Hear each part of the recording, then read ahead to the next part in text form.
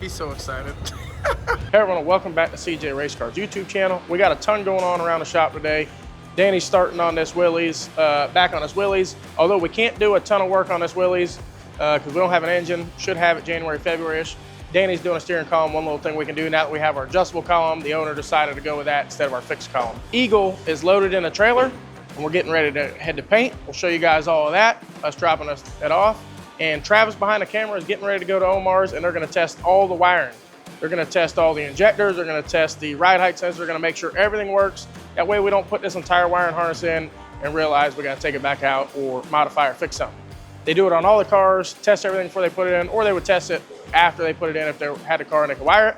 But they're trying to get all that stuff out of the way because once we get this thing back from paint, from RK's in probably 2 weeks, we're gonna have about 10 days to 14 days to put the entire car together. And we want to try to get ahead of everything as much as we can. So let's head to paint and Travis will head to wiring.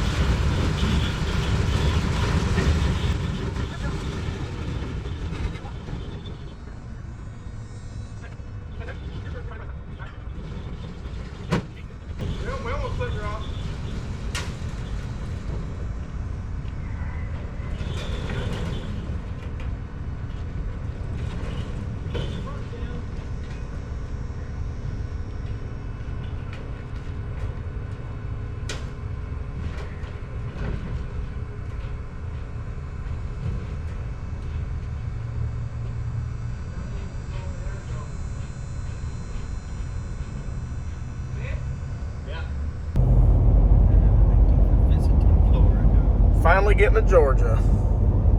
Josh is there. We're almost still there. Driving. Josh has had 2 big gulps, a Polar Pop, Twinkies, Reese's pretzels, and we've only been driving. It's a road trip. We've only been driving for 3 hours. It's a road trip. There's certain rules to road trips. We're about halfway there. Look, we're there. Halfway there. We're there. We're to Georgia. Come on, Buc-ee's.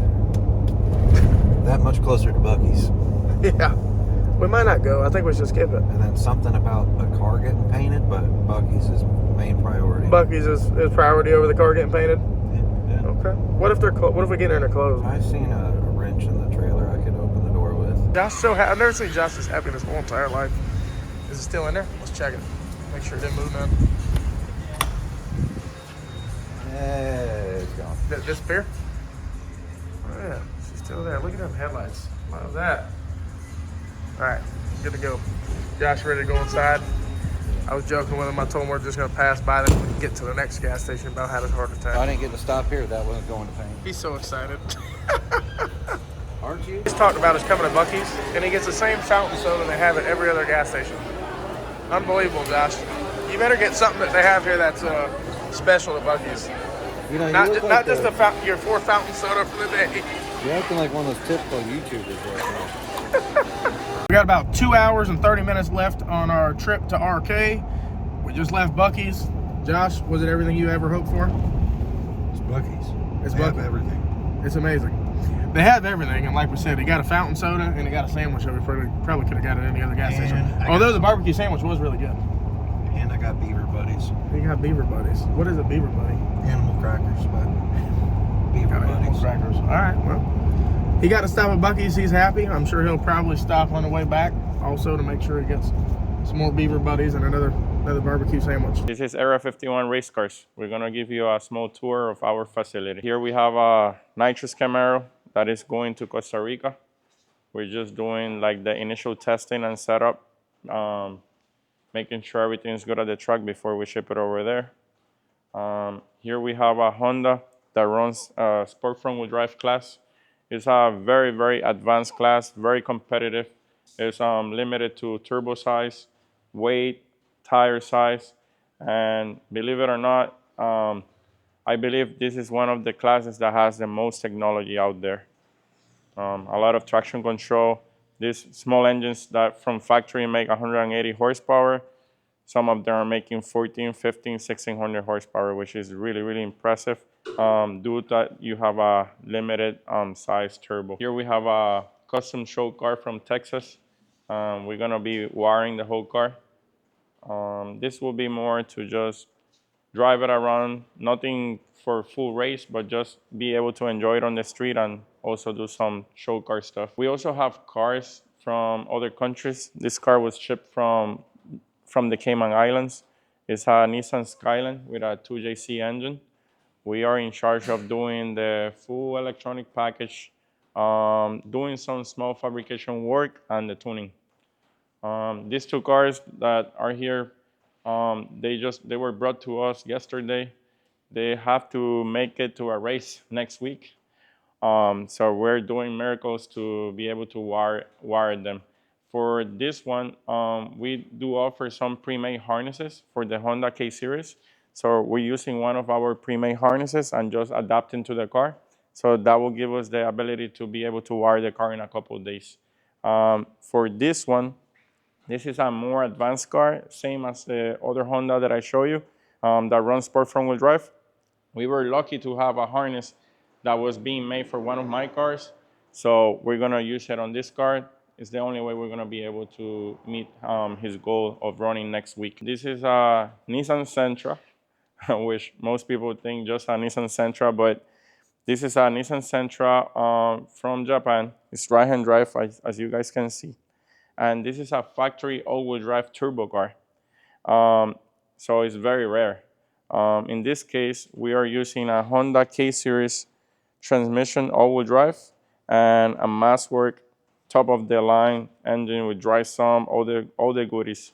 The goal with this car is to be one of the fastest four-cylinder Nissans in the world. Over here we have a all-wheel drive Honda K Series. This one is from Guyana, South America. We're almost done. Right now we're finalizing some fabrication work, testing the harness, tune it, and go to the racetrack. We have a electronic package and tuning package for the Yamaha Raptors that is very advanced. Right now we have the record for the fastest full plastic. Full plastic means it needs to have all the factory plastic, lights, brakes. It's a class that they race, and we have the record, you know, on the sand, on the dirt, and we have it also on the asphalt. We have run a 5.2 in the 8 mile on the asphalt and a 362 on the sand, which is world record for those type. So if you guys are interested in the Raptor stuff, we also have solutions for that. Here we have some of our materials. Every harness, depending on the level that you choose, you can have from a more basic material to a more advanced. That's what makes the price pretty much change drastically. This is much cheaper than this level. Both look good, both are done good, but one will last a lot more, last a lot longer. Another thing, the labor, it takes probably 5 more times to do it on the better material than on the cheaper material. That's why the price can change. We have all good quality material, but we have some that are more lower level to more advanced level. The material cost can probably be 5 times more expensive from the good level to the very good level. We try to keep a color for every single wire that we have. So there's a color code. Some of them have to be dual color or 3 colors in order to know what it is, because we have so many inputs and outputs. Let's say, for example, for an injector, we will know that the blue and red, for example, it could be injector 1. So all our harnesses, if we look at a blue and red, we know it's injector number 1. Very easy for the customer to diagnose and for us to diagnose. Then here is our facility where we build the wiring harnesses. It's a boot, but it's almost like a spaceship. So here we have the different stations for the guys that will be building wiring harnesses on all these stations all the time. We do from plug and play solutions to like a factory car to very advanced, like the harness that we're gonna be testing. We also have every connector we build from every connector and pin out. We don't solder, we don't reuse connectors, we are not cutting old harness to build new harnesses. Every harness we build from the connector, from the pin out, everything brand new. We also one of the biggest fuel tech dealers for years, since 2012. So any fuel tech product that you need, we also can take care of you. This we need. Can lay everything here so people can see all the toys. Yeah, like with this, we can actually test everything. We can show how the coils fire. I can wire a battery to the FT Sport, and we can actually test fire every output. We'll take it as far as we can do without having the car. That's all we can do right now. We have most of the electronics that will be used on the car. Some of them will be using to test our harness on the bench. Some of them we need to program, like the input expander that we have on the board already, but the input expander needs to be programmed. Whatever channels we wire needs to be configured to the input that we desire. So that will be, we have it on the fuse board already, but we need to program it. So some of them will be used to program, some of them will be used to be tested. Make sure the output is getting there, make sure we're getting the right reading. We don't have the car with us, so we will have to test as far as we can take it without having the car. We're gonna take this to fire injectors, we're gonna fire the spark plugs, everything without having the car. That's all we can do with the time that we have available. But if we have done it before in cars that we have done in South America and all over the world, and it works. So that's our plan. That's what we're gonna be doing today. We were using one of our test units already, but we're gonna actually use his computer, and it's already gonna have a base tune. So once the car is ready, it should be able to start with the tune that we're doing, that we're gonna be programmed to it. And we're gonna be using his computer to test all the inputs, all the outputs, and configure everything on his harness. There are some sections like this, for example, that it will be built on the car because we don't know exactly where everything's gonna be positioned at the end of the day. So from here, we'll build a small harness that is gonna be, for example, it's gonna control the boost controller, it's gonna have back pressure sensor. I believe we're gonna do pan vacuum in that area. So from here, we'll build a harness that will go to here and some other components.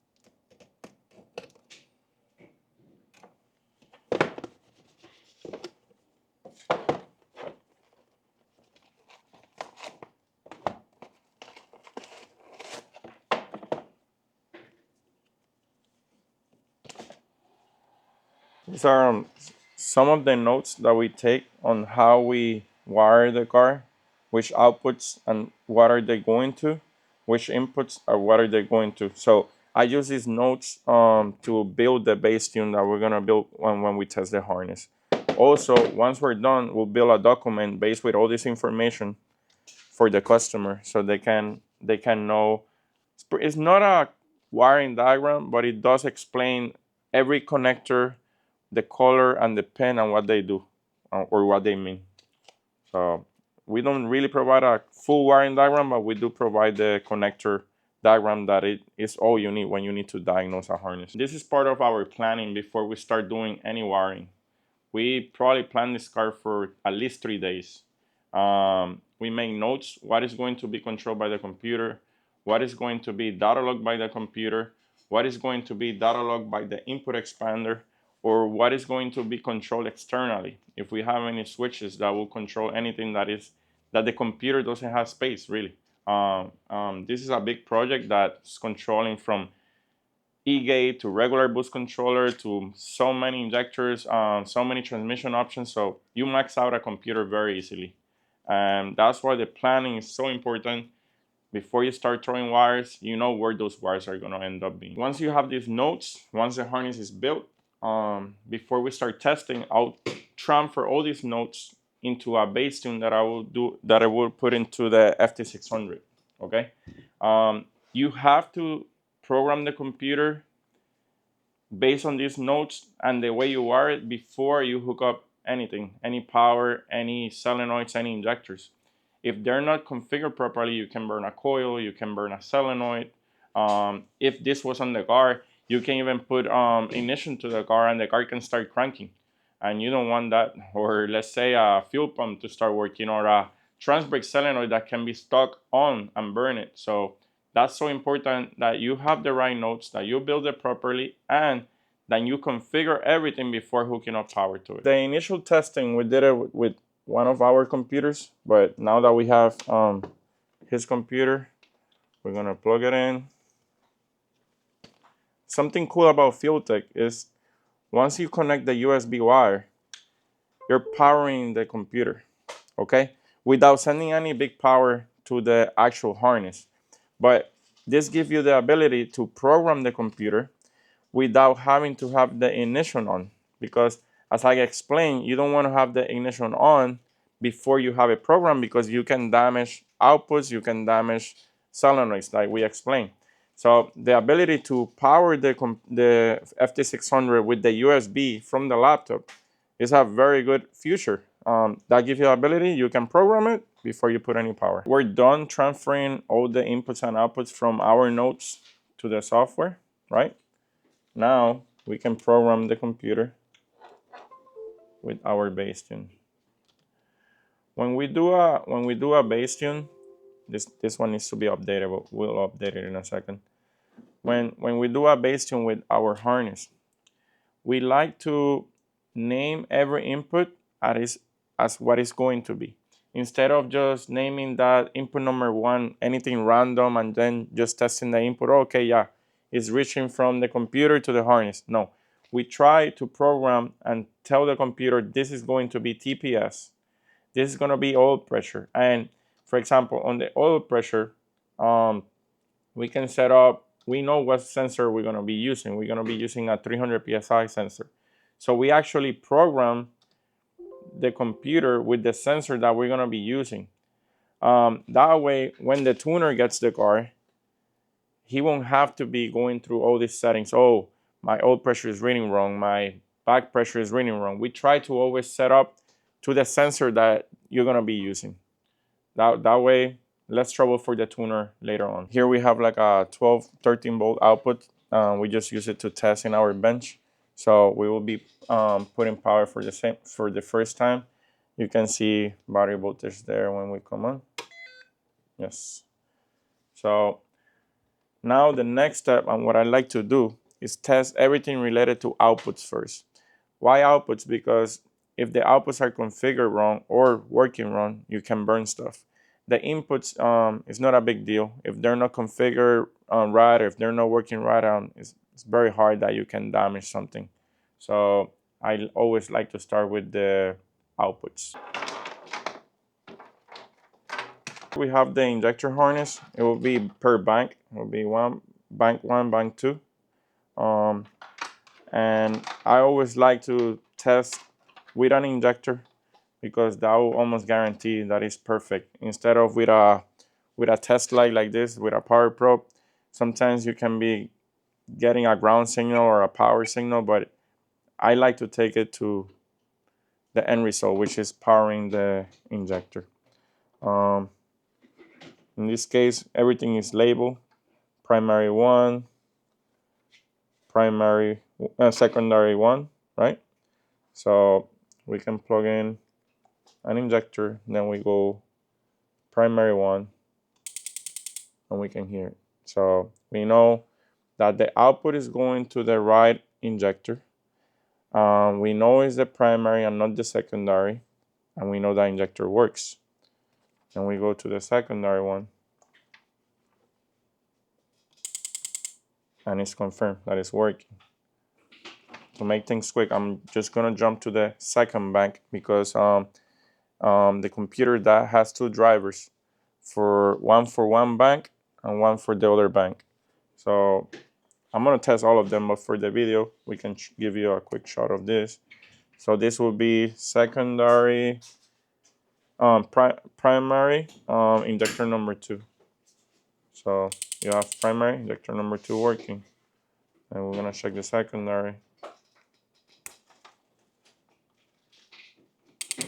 And it's working. As here we have the harness on a bench. The closest thing to me right now is a fuse and relay box, right? So right now, I can go ahead and test some of the outputs. For example, trans brake solenoid. I can test the trans brake solenoid and you can see how it powers.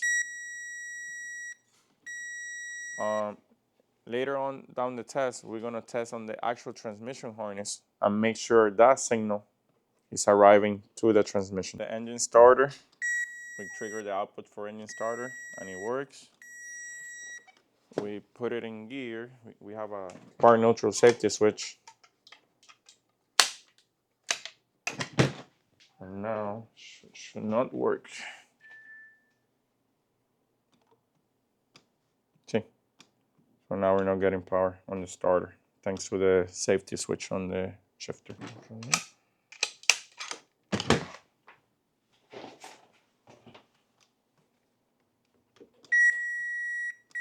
Now we will be testing the TPS sensor, throttle position sensor. I'm gonna plug in.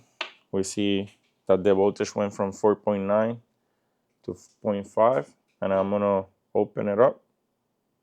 You can see how the voltage changes. So it's working properly. Here we're testing the cam signal. Obviously we don't have the engine that we can spin right now, but there's a way to make sure at least this wire is going to the computer. So the first sign is to see that you have voltage, and then you can actually cycle ground, and you can see on the screen, on the diagnostic screen, you can see how it reads our cam RPM. We're gonna test the shock travel sensors, at least the rear ones that we have connected right now. They're also on the input expander. You can see that they're connected, rear right, rear left. And then we're gonna test. They're changing the length. The scale is backwards, so I can fix that as well.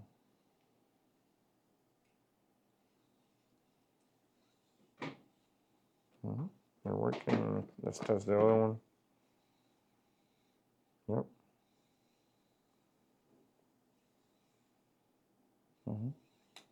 Good. Oil pressure, fuel pressure, pan vacuum, and map sensor. We decided to do an external map sensor just in case they decide to run a lot of boost, so most likely that's going to happen. So we decided to already have it by the engine bay. You can see I don't have compressed air right now, but at least we can see the inputs, like for example oil pressure, fuel pressure, they are in the right block. When I unplug, you're gonna see that voltage change.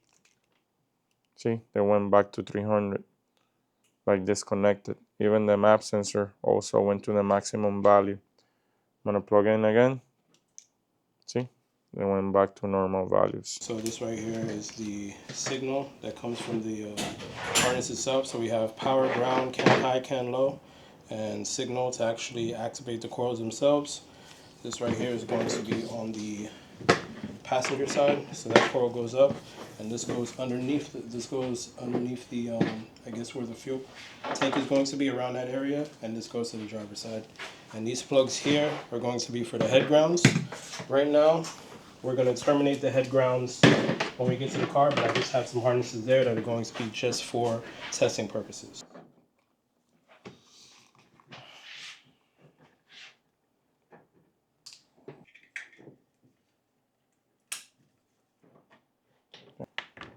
Six, 8. All right, all 8. That's good. Okay. That part is done. Pretty much we're good. The next will have to be done in the car. Now that we're done testing the harness, we took the testing as far as we can take it without having the car in our hands.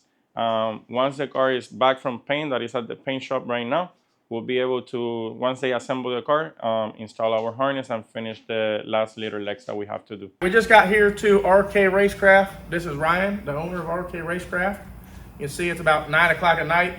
We got here a little later than we thought. Friday night. Don't forget about And it's Friday night. Yeah, Friday. Josh was driving. I thought we'd be here earlier. I fell asleep. I don't know if he stopped at Buc-ee's and slept after It's triple time on Friday night. Triple time on Friday night. Yeah, we better get out here before Saturday. So, but we're here. We got Eagle in the booth.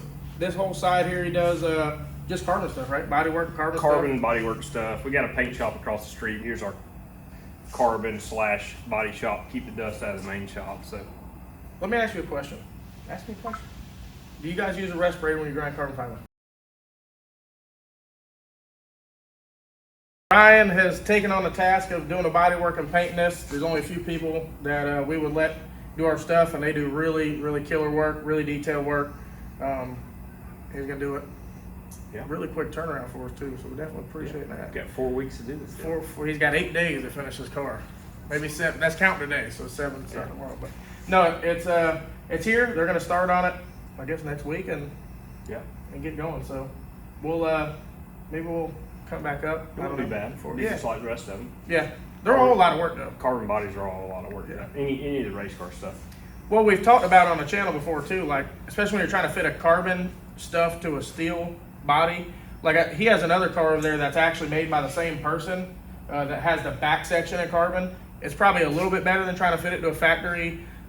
It's a lot. Like if you buy a carbon Pro Mod body, like a Synergy body or something, And all of them need work though. Anyway. even those need work, but they're built to be a race car. So like all these lips and hundreds of hours worth of stuff. If you don't get the rocker width perfect to where the guy who built the body says the rocker width is, and I've never seen an instruction sheet on the car. Not me either. So you just kind of got to lay it together and get as close as you can. Yeah. And then if you miss anything whatsoever, it's not bad. It's just some time, Yeah. Yeah, a lot of work. So you got a lot of work ahead of them for the next 2 weeks, but I'm not sure what color actually yet. Nobody knows what color. So it's still kind of in the air on what color we're going to paint it or what color he's going to paint it. I'm not choosing the color. I think Cletus is going to pick the color in the next few days. But either way, it's going to look really good. I know they're going to do a bunch of airbrushing on the bumpers and headlights, grill. But at least it's here, finally. We're about a week probably later than we thought we would be. It's out of your hair. It's out of my hair. Everybody, Dan and Troy are ready for a few days off. They got today off, and they have the whole weekend off, so they'll be rested. Your guys will get a little rest. My guys are fixing to bust their ass. Yeah, it's definitely, this is not what we would normally do. Like, what do you think if you build a car like this? Start to finish, like without going crazy. Like the whole car or just like body work and everything? Everything, whole car, start to finish. Oh, I don't put a time frame on stuff like that. It's I try not to build whole cars, you know me. Yeah. But, Yeah. You're smarter than I am. oh, wait, yeah. That's a given. But. I think a whole car, really, a year is still pretty tight. On a steel roof and quarters car, wired, plumbed, painted, done, is still pretty tight. And this has been less than 5 months, and we're probably only 4 weeks away from it being on the track. So it's definitely tight time frame. It's come out pretty good, and can't wait to see it run. So I don't think it's bad. I think it's gonna be fine. Yeah. We got a little extra work, but I think for the most part, everything fits pretty good. Yeah, I'm excited. A little extra work. We talked about the extra work, so it's nothing. Yeah. It's nothing hidden that I wasn't expecting, but I think it'll be fine. Yeah, we had talked about, I think on the last video, like these corner pieces too here for the hood. That's just a little, normally we don't have to do that, but. And a lot of that depends on the wheelbase of the Right. car, because if you change the wheelbase, anything, it's going to change the way the front end and the hood fits to the cowl of the car. And if you do the cowl different per car, like it's like that area right here, we have to Always manipulate everything little, we do. Yeah. So. Yeah, it's a lot of work. Like you said, we still got a lot of body lines and from stuff. From this made point up. to this point, it's changed on everything we build. Yeah. So it just like I said, if you move that 1 inch, it's gone right there. You know. Oh yeah. That's a lot.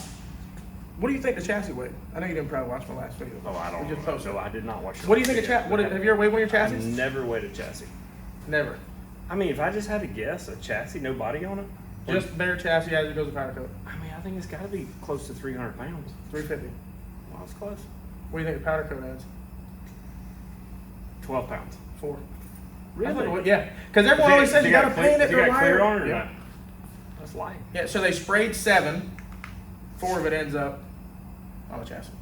Well, they sprayed 7, but half of it's in the floor. Right. So it's 4 was what it weighed. It's got a single. It's got 2 stages. It's got a color and a clear. Yep.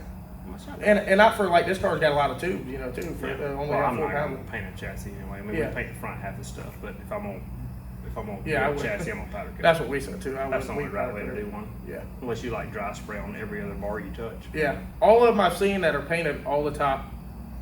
Well, you can't paint. That's what I'm saying. It's hard to get to it. No. You can skip a few steps and save some hours, but Well, you save a lot of hours because Yeah. you don't have to take the body off of them. But yeah.